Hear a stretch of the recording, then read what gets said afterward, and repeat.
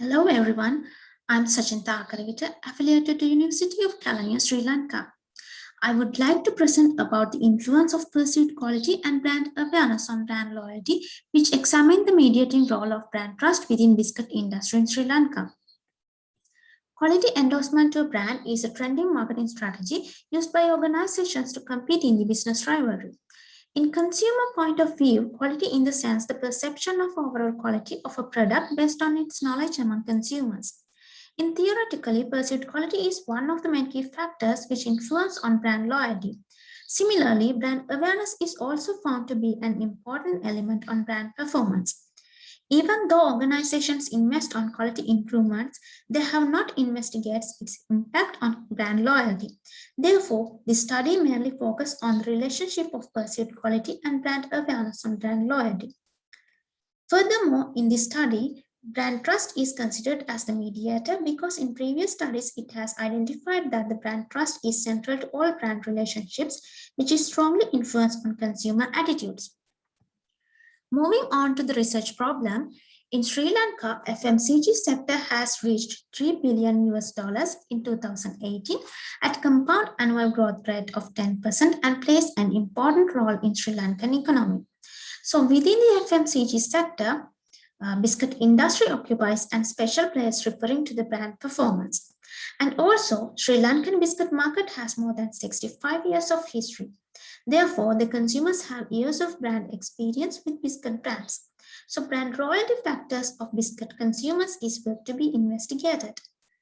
According to the theoretical concepts, perceived quality influence on consumer brand loyalty, but contradicted to those facts, several past researchers shows that there is no significant relationship of perceived quality on brand loyalty.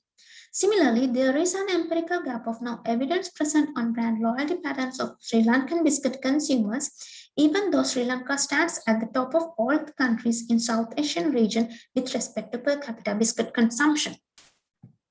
Moving on to the research objectives, here you can see the 7 research objectives as identified. And we have derived 7 hypotheses using brand equity theory and consumer-based brand equity theory, and especially based on the previous research findings which conduct in different contexts. This is the conceptual framework of the study, which consists with 2 independent variables, 1 dependent variable, and brand trust as the mediator. Moving on to the research design, positivism is identified as the philosophy, and it has followed deductive approach and has used quantitative strategy.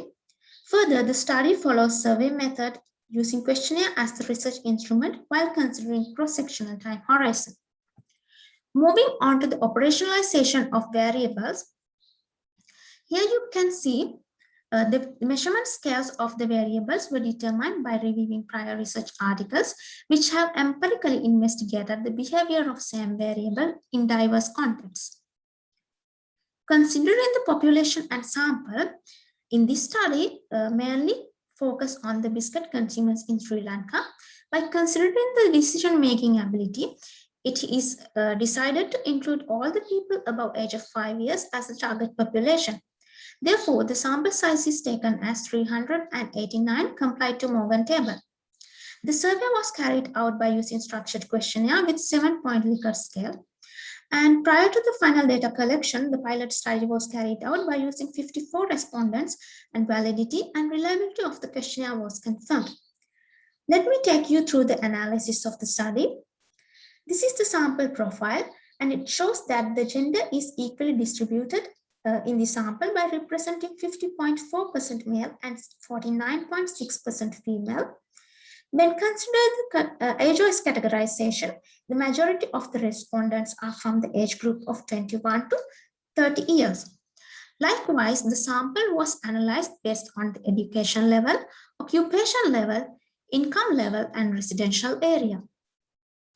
Prior to the hypothesis analysis, there are several assumptions to be accomplished by a sample to carry out statistical data analysis for accurate data interpretation. Therefore, these preliminary analyses were carried out and the values were obtained within the range. Moving on to the hypothesis analysis, multiple regression analysis is used to determine the relationship among variables. In multiple regression model, the p-value less than 0.05 indicates that there is a significant influence of independent variable on dependent variable. According to the result, it doesn't show the significant influence of perceived quality on brand loyalty, as it has 0.094 as the p-value, which is higher than the 0.05. And all the other relationships shows significant positive influence of independent variable on dependent variable. To analyze the mediating effect, this study has used bootstrapping method. In this method, the indirect effect was estimated for each 5,000 bootstrapped samples. By considering the 95 confidence level, it indicates that both lower and upper limit confidence intervals are positive values. Hence, it is determined that the brand trust positively mediates the impact of perceived quality on brand loyalty, as well as the brand awareness on brand loyalty. Moving on to the conclusion of the study, it is identified that there is no significant influence of perceived quality on brand loyalty. Hence, it is concluded that the hypothesis 1 is not supported within this context. And as you can see, all the other hypotheses are supported and are in line with the previous literature as well. In this study, brand trust plays a full mediation role in the relationship of perceived quality and brand loyalty, while it partially mediates the relationship of brand awareness and brand loyalty. Moving on to the managerial implications, the study suggests to enhance brand trust development strategies such as loyalty reward programs and testimonial advertisements while improve quality aspects of the products. The second suggestion is to replace customer complaint handling process to customer feedback centers, which allow to approach both positive and negative comments for the improvement of product quality, as well as for the brand image by handling situation more close with the consumers. Furthermore, the descriptive analysis of the study reveals that the perception of consumers towards behavioral loyalty is comparatively lower than attitudinal loyalty. Therefore, it is worthy to involve consumers in product involvement and innovations. And there are a few limitations in this study. As the study has designed in cross-sectional time horizon, it limits the observations of consumers' behavioral change with respect to the improved branding strategies. So longitudinal study may allow to examine the behavior of main constructs more accurately. And also, the study could evaluate the financial performance of brands with respect to the investment on quality improvements to study the influence of perceived quality on brand loyalty. Moving on to the future directions, we recommend to carry out longitudinal study.